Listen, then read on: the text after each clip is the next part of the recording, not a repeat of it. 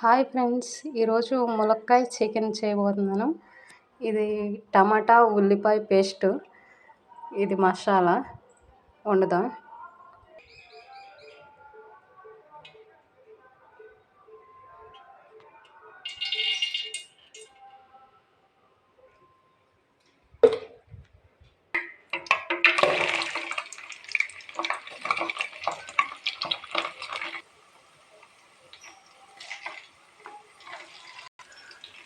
పసుపు, సాల్టు తిరగమూతలో వేసేద్దాం.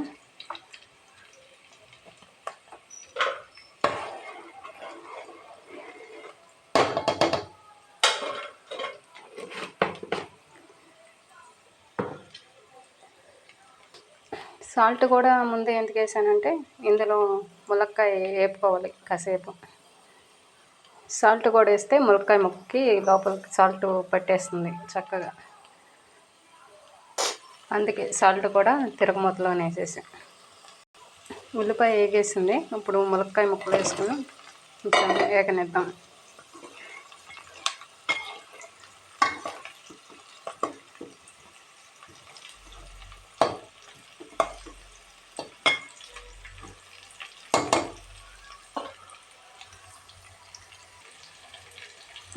మీరు ట్రై చేసి చూడండి ఫ్రెండ్స్, చాలా చాలా బాగుంది.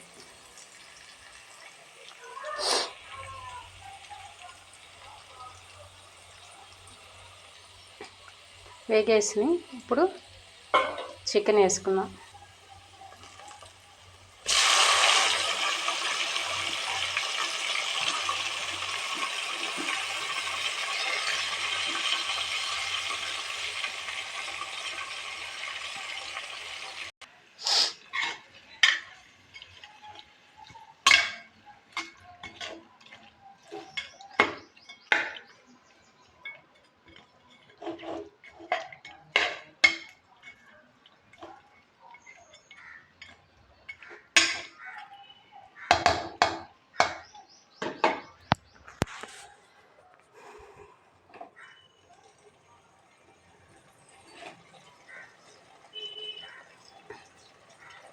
దీన్ని బాగా ఉడకనివ్వాలి.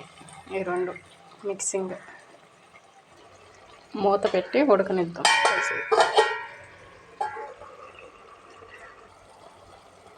ఎంత బాగా ఉడకనిస్తే అంత బాగుంటుంది.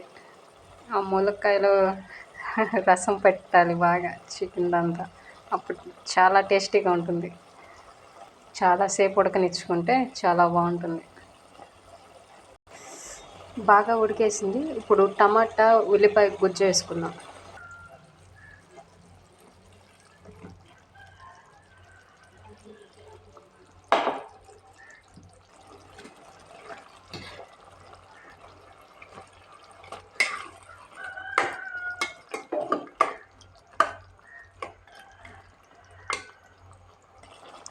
టమాటా గుజ్జు కూడా బాగా పట్టేలా ఉడికిద్దాం కాసేపు. చూడండి బాగా ఉడికేసింది. ఇప్పుడు కారం వేద్దాం.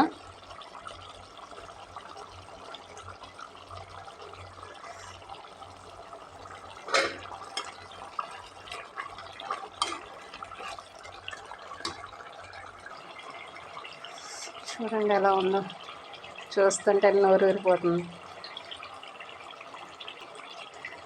ఉప్పు సరిపోయిందో లేదో మళ్ళీ చివరిలో వేసుకోండి చాలపోతే. నేనైతే తిరగమూతలో వేసేసాను. మళ్ళీ నేను కూడా చూసి మళ్ళీ వేస్తాను. మసాలా వేసుకున్నాం ఇప్పుడు.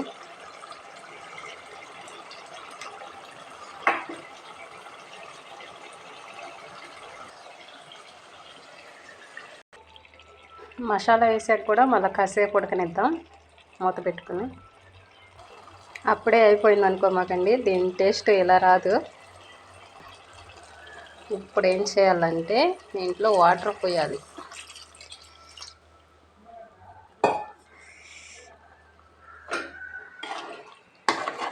ఈ వాటర్ అన్నీ మరగాలి. మరిగితే అప్పుడు వస్తుంది టేస్ట్.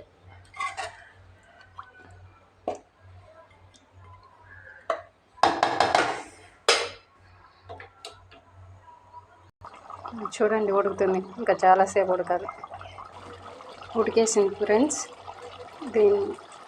ఇలా బాగా నీరంతా వినికిందాకా కొంచెం గుజ్జు గుజ్జుగా చారు ఉండేలా ఉంచుకోవాలి. కొత్తిమీర వేద్దాం.